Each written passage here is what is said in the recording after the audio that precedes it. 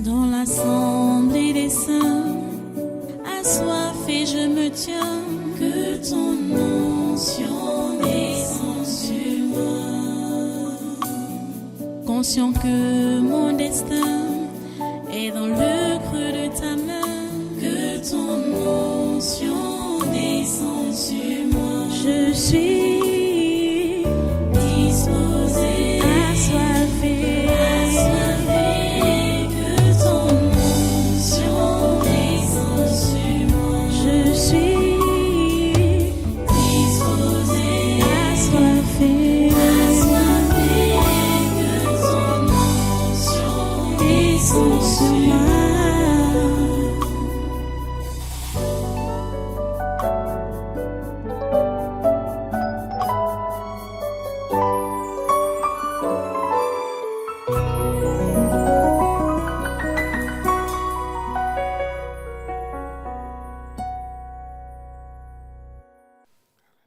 Alléluia.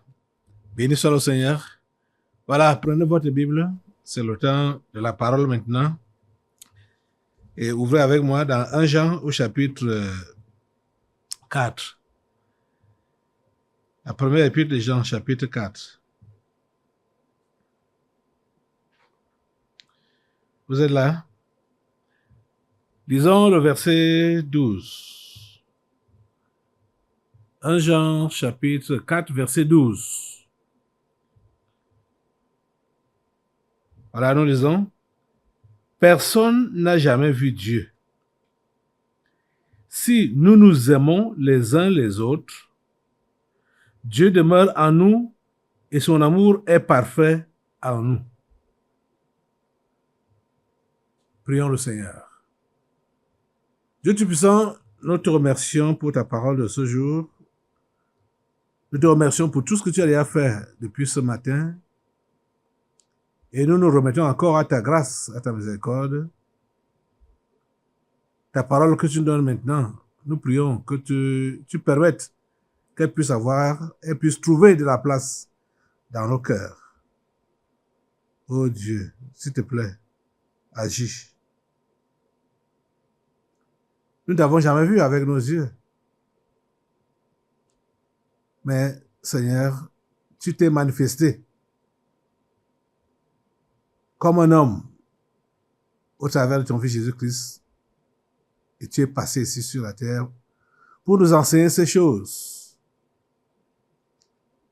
Merci, Père Saint, parce que tu nous parles encore et tu nous tiens par la main pour nous conduire toi-même. Reçois toute la gloire et toute l'adoration, Père Saint. Merci pour ce moment. Merci pour ta parole. Merci de disposer vraiment les cœurs pour recevoir ta parole.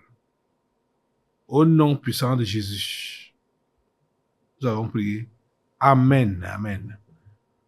Voilà, prenez vos places. Asseyez-vous en sainte présence. Et une fois de plus, soyez les bienvenus à ce concours surnaturel de ce 16 février 2025. Personne n'a jamais vu Dieu. Personne n'a jamais vu Dieu, le Dieu créateur. Il ne peut pas se faire voir. Et il a raison de ne pas se faire voir. Moïse a demandé de le voir. Je crois que c'est la seule personne dans la Bible qui a osé demander de voir la face de Dieu. Mais Moïse était un privilégié de Dieu, parce que Dieu a été gentil avec lui et Dieu lui a dit que personne ne peut voir ma face et revivre. Mais Dieu lui a fait une faveur. Dieu lui a dit comment les choses allaient se passer. Il lui dit que voilà, quand je vais passer, je vais te couvrir, et quand je serai déjà passé, tu vas voir mon dos, rien que mon dos, parce que personne ne peut voir ma face et revivre. Et la cérémonie s'est organisée, Dieu a organisé ça, et effectivement, il est venu, il a couvert Moïse avec sa main, il est passé, Moïse s'est redressé et a vu seulement son derrière. Personne n'a jamais vu Dieu.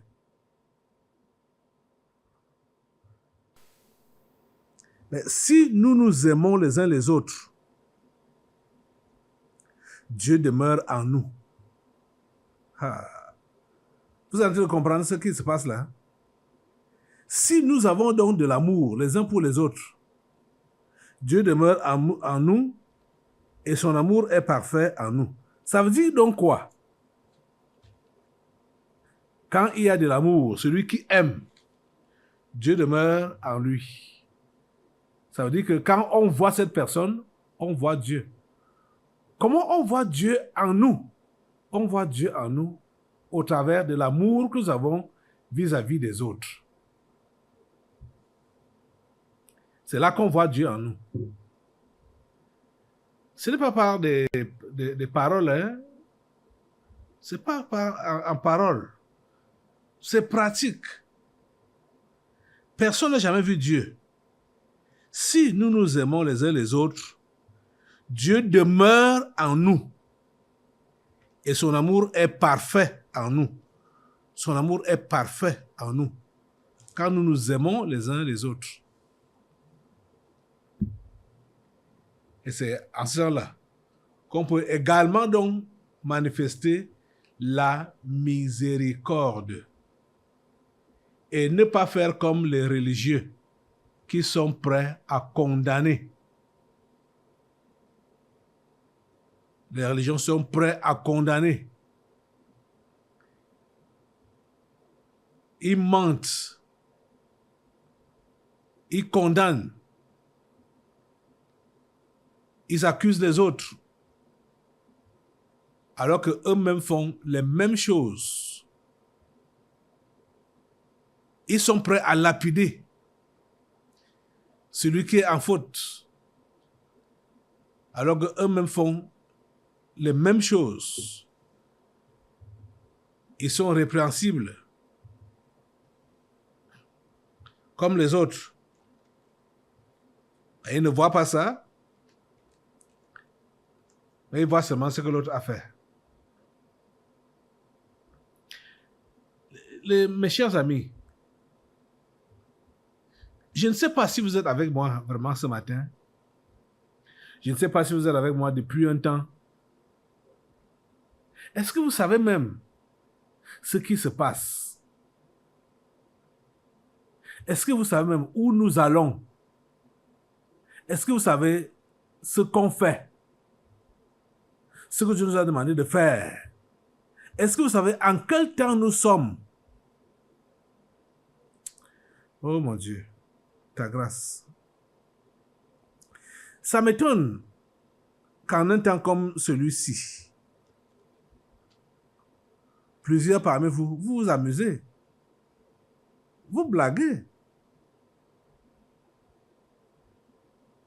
On vous enseigne depuis un certain temps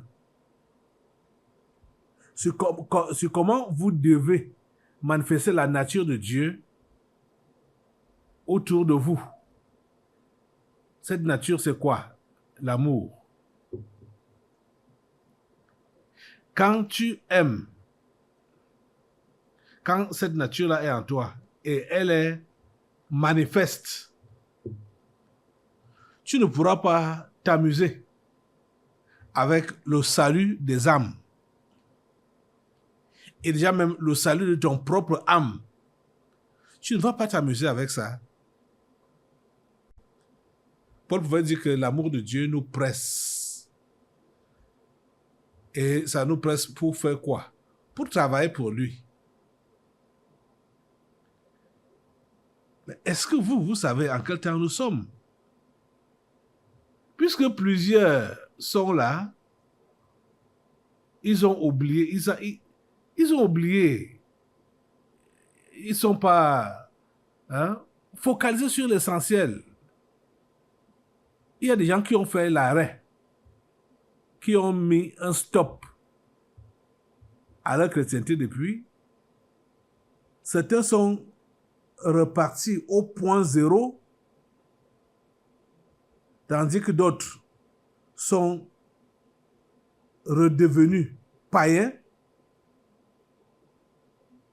C'est bizarre. Ils ne savent pas ce qu'ils font, ce qu'ils font. Ils ne savent pas ce qui se passe.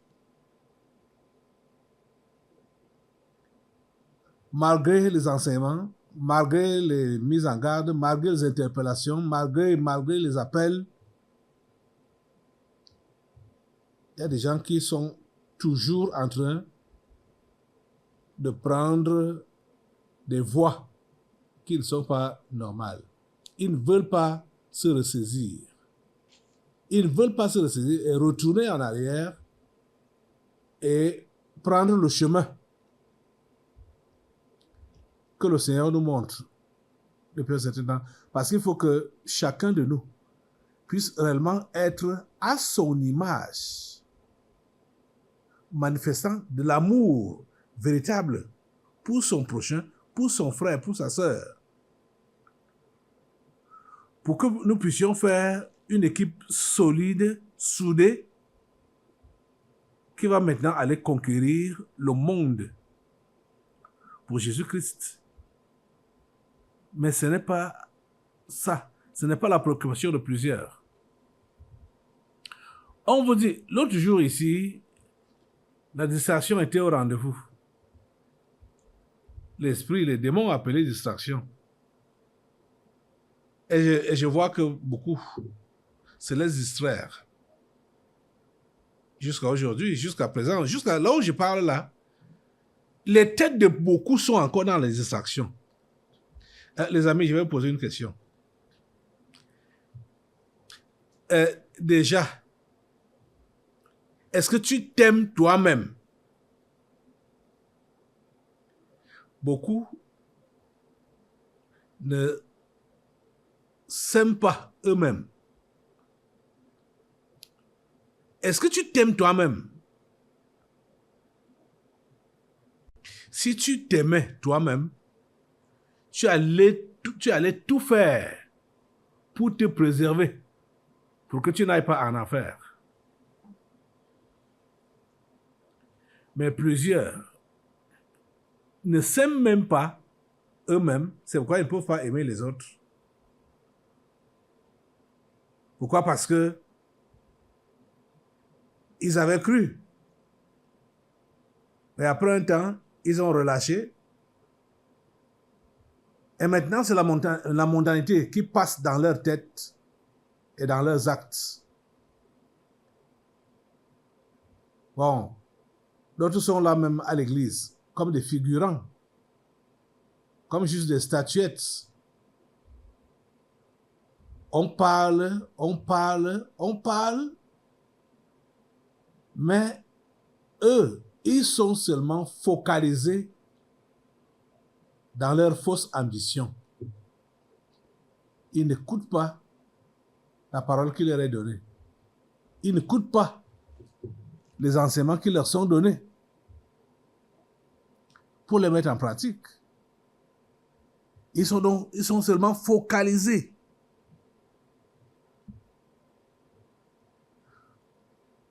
Vous-même, vous savez, vous-même, vous êtes témoin que je n'ai interdit à personne de se marier dans cette église.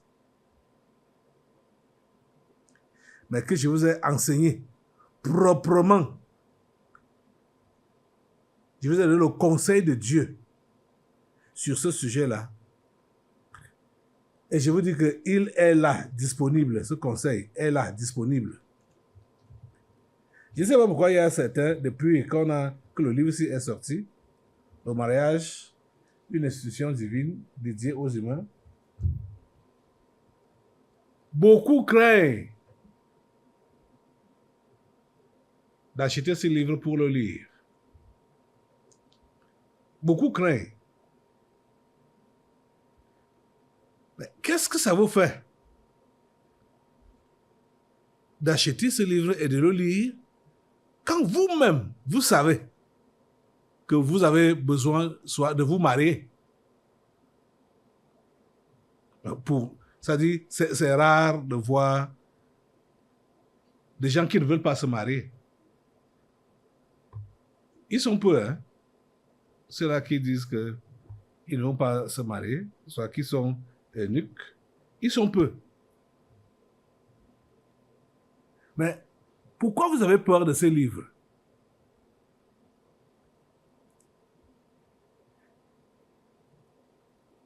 Pourquoi vous avez peur de ces livres?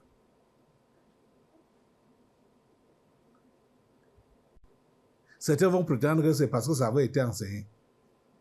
Ça avait été enseigné, mais tu as donc retenu quoi? Et tu pratiques quoi?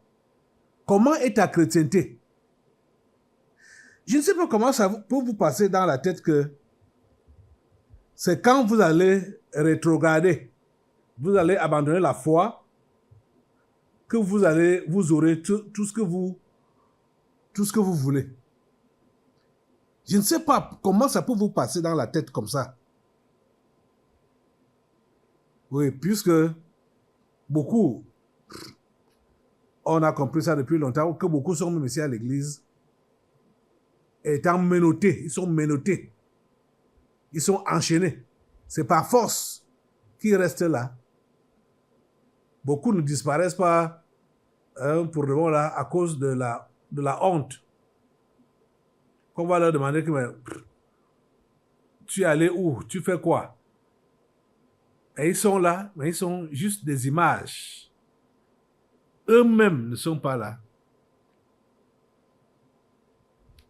Juste parce que ce qui passe en eux, c'est des choses négatives. Tous les esprits qui ruinent la chrétienté sont déjà passés ici, tels que la bagarre, tels que les menottes, hein, tout ça là, c'est déjà passé. Mais plusieurs ont oublié. Et même l'oubli est passé aussi. Les amis, je suis en train de vous enseigner que la chrétienté véritable tourne autour de l'amour. La chrétienté véritable, ça tourne autour de l'amour.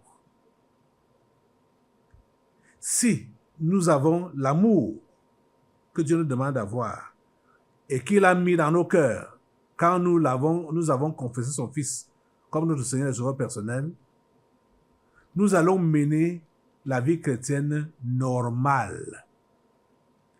Nous allons normalement vivre notre vie chrétienne. Et n'a rien à voir avec la religion. Mais plusieurs préfèrent continuer à alimenter la religion au lieu de pratiquer la vie chrétienne normale, qui est donc l'amour. L'amour. Personne n'a jamais vu Dieu. Si nous nous aimons les uns les autres, Dieu demeure en nous et son amour est parfait en nous. L'apôtre Jean, qu'on lit maintenant là, et même tous les autres apôtres, depuis même Jésus-Christ, ils ont bien développé le thème de l'amour pendant leur passage. Je vous disais l'autre jour que auparavant, Dieu avait dit à Moïse que œil pour œil, dent pour dent. Œil pour œil, dent pour dent. blessure pour blessure. En tout cas, c'était comme ça. Il fallait rendre ce qu'on t'a fait. Et ceux qui étaient donc religieux oubliaient que ça ne s'arrêtait pas là, mais qu'il était possible de pardonner, même si on t'a fait du mal. Tu pardonnes. Voici ce qui était dit. Exode 21, verset 24 à 25. Œil pour œil, dent pour dent, main pour main, pied pour pied, brûlure pour brûlure, blessure pour blessure, meurtrissure pour meurtrissure, sans pitié. Ce qu'on m'a fait, je rembourse. Mais Dieu, dans sa préscience et dans sa miséricorde, ne s'est pas arrêté là. Il a continué à développer ces lois. Parce que je vous dis que Dieu ne pouvait pas tout dire à Moïse. Que comme tu vois là, il y a les anges déchus. Et c'est eux qui initient les mauvaises choses. Donc quand celui-là fait ça, il faut lui rembourser. Il faut vie pour vie. Pour qu'il ne continue pas à nuire les autres, il faut finir avec lui. Il n'a pas été jusque là-bas pour lui dire ça, pour dire ça à Moïse. Mais en parlant, en expliquant mieux, accordons cette parole dans Lévitique 19, verset 16 à 18, il dit: tu ne répandras point de calomnie parmi ton peuple. Tu ne te lèveras point contre le sang de ton prochain. Je suis l'Éternel. Tu ne haïras point ton frère dans ton cœur. Tu auras soin de reprendre ton prochain, mais tu ne te chargeras point d'un péché à cause de lui. Quel est le péché que tu peux te charger à cause de ton prochain? Dans ce contexte, c'est quoi? Et il continue, verset 18. Tu ne te vengeras point et tu ne garderas point rancune contre les enfants de ton peuple. Tu aimeras ton prochain comme toi-même. Je suis l'Éternel. Tu vas te charger donc de quel péché? Péché de rancune, manque de pardon. Oui. Dieu dit que tu ne dois pas te charger d'un tel péché. Si ton frère a péché contre toi, tu lui pardonneras. Tu dois le lui dire que mon frère, ma soeur, tu m'as offensé dans tel ou tel domaine. Mais il dit, tu ne gardes pas, tu ne pêches pas à cause de lui. À cause de ce qu'il t'a fait là. Donc, tu ne haïras point ton frère dans ton cœur. Tu auras soin de reprendre ton prochain, mais tu ne te chargeras point d'un péché à cause de lui. Vous-même, vous savez que plusieurs parmi vous là, vous êtes chargés des péchés à cause de vos frères et sœurs. Donc, c'est vrai qu'ils vous ont offensé, mais vous n'avez pas pardonné. c'est un péché dont vous vous chargez inutilement. C'est vrai qu'ils vous ont offensé, mais vous n'oubliez pas, vous gardez rancune. Ou vous vous retirez seulement d'eux sans chercher à leur pardonner, à leur parler pour leur pardonner et les ramener sur le droit chemin. Pourquoi ça se passe comme ça? C'est parce qu'il n'y a pas d'amour dans votre cœur. Parce que si ton frère pêche contre toi, il n'a pas commis un péché impardonnable. Donc, tu dois prier d'abord pour lui, pour que Dieu lui pardonne. Et que quand tu vas lui parler, tu vas lui faire comprendre qu'il t'a offensé, qu'il puisse comprendre, priant que Dieu ouvre son cœur à sa grâce. La Bible dit clairement que si tu vois ton frère qui pêche, qui commet un péché qui ne mène pas à la mort, prie pour lui. Prie pour lui. D'abord, avant de lui parler, prie pour lui. Et prie pour lui avec amour. Et tu verras ce que Dieu va faire. Ce qui est sûr, si ton acte est enveloppé de l'amour, la personne là comprendra, la personne là va se ressaisir et la personne va se repentir. Personne n'a jamais vu Dieu. Mais Dieu se voit en nous quand nous avons de l'amour les uns pour les autres. Est-ce qu'on voit Dieu en toi? Est-ce qu'on voit Dieu en toi? Vous savez pourquoi Jésus pouvait dire à ses disciples que comme vous me voyez là, c'est Dieu que vous avez vu. Les disciples lui demandaient de leur faire voir Dieu. Et c'était Philippe, je crois, qui lui avait demandé ça. Montre-nous le Père, et cela nous suffit. Jésus lui a posé la question, mais Philippe, depuis que je suis avec vous, tu ne m'as jamais vu. Celui qui m'a vu a vu le Père. Pourquoi? Parce que Jésus lui-même était l'amour.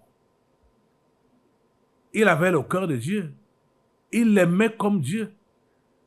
C'est la raison pour laquelle il a accepté venir accomplir la mission qu'il est venu accomplir. C'est-à-dire mourir pour des pécheurs, mourir pour des impies, mourir pour les gens qui l'insultent.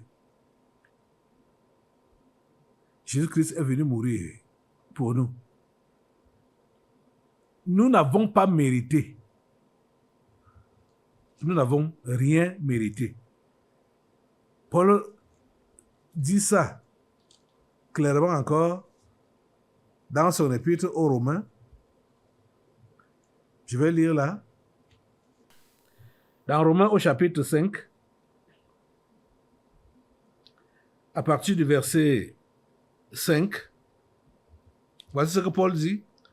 Or, l'espérance ne trompe point, parce que l'amour de Dieu est répandu dans nos cœurs par le Saint-Esprit qui nous a été donné.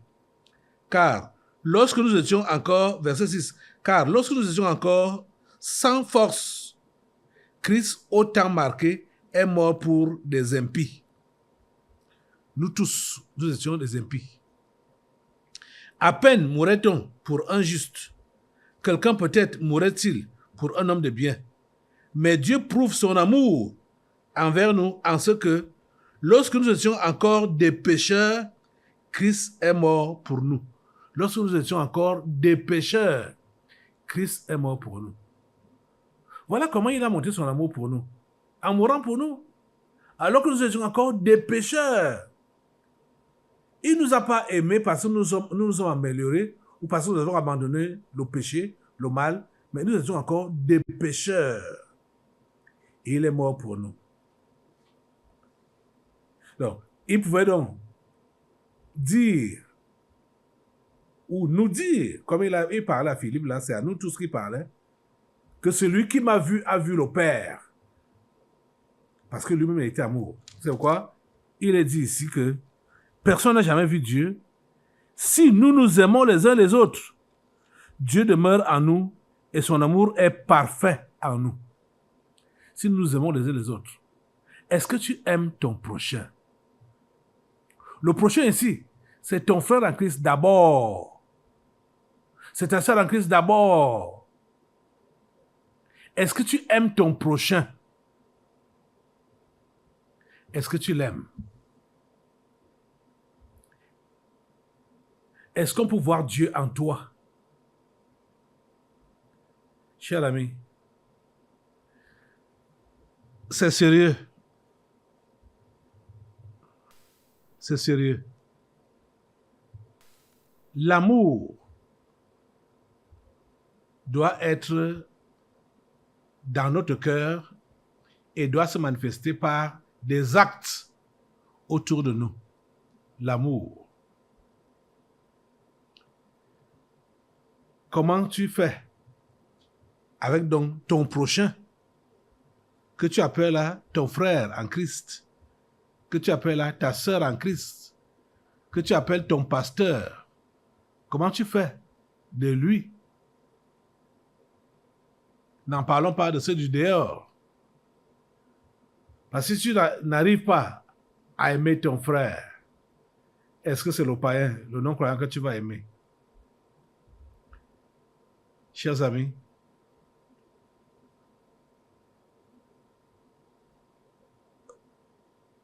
mettons en pratique la parole. Chers amis, aimons-nous les uns les autres d'après le conseil de Jésus-Christ.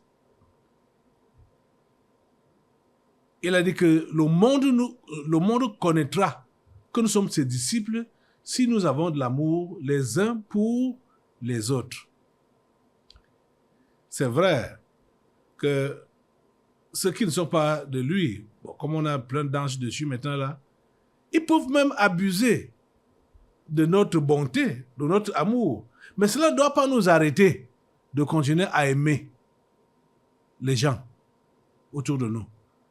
Même si tu es abusé n'importe comment, ça ne doit pas t'empêcher de continuer à aimer. Ça ne doit pas t'empêcher de continuer à porter secours, même si tu es abusé n'importe comment. Tu comprends ça? Tu sauras seulement que bon, ce sont les anges déchus qui t'ont dessus. Mais les humains, tu dois les aimer. Et comme c'est difficile qu'on puisse discerner déjà à l'avance qui est l'ange déchu et qui est humain, ça vaut la peine de rester sur le cadre que je vais toujours aimer. Parce que si tu aimes et tu tombes même dans un piège, Dieu va t'épargner. Parce que c'est que tu as fait ça avec un bon cœur. Que toi, tu avais un bon cœur. Même comme tu es tombé parmi les loups. Tu comprends ça? Dieu va t'épargner. Ayez des bons cœurs. Ayez le cœur de Dieu, le genre de cœur de Dieu. Ne soyez pas méchants. Ne soyez pas mauvais. On va abuser de vous. Mais cela ne doit pas vous faire changer de nature si vous êtes enfant de Dieu. Je vous assure. Continuez à aimer et continuez à porter secours. Continuez à aimer, continuez à porter secours malgré les déceptions. Vous comprenez ça? C'est là que je vais vraiment insister ce matin, que malgré les déceptions, continuez à aimer, continuez à porter secours, continuez à encadrer. Et vous allez réellement prouver que Dieu demeure en vous. et que son amour est parfait en vous. Lève-toi pour prier le Seigneur. Qui donne cette grâce-là. De ne pas te décourager. De continuer à aimer. De continuer à protéger l'autre. De continuer à encadrer l'autre. Malgré les déceptions. Toi-même, tu as déjà déçu les gens aussi. Rappelle-toi de ça. Demande à Dieu de donner cette grâce-là. Seigneur, donne-moi la grâce de te ressembler. Oh Dieu, permets que quand on me voit, on puisse te voir. Toi, le Dieu invisible. Quand on me voit, permets qu'on puisse te voir. Parce que je manifeste ta nature, qui est l'amour. S'il te plaît, Seigneur, aide-moi. Aide-moi ce matin, Seigneur. Au nom puissant de Jésus, j'ai prié. Amen. Assois-toi. Nous allons maintenant passer aux délivrances prophétiques. Dans l'assemblée des saints, assoiffé je me tiens, que ton onction descende sur moi. Conscient que mon destin est dans le creux de ta main, que ton onction descende sur moi. Je suis disposé, assoiffé, que ton onction descende sur moi. Je suis disposé, assoiffé, que ton onction descende sur moi.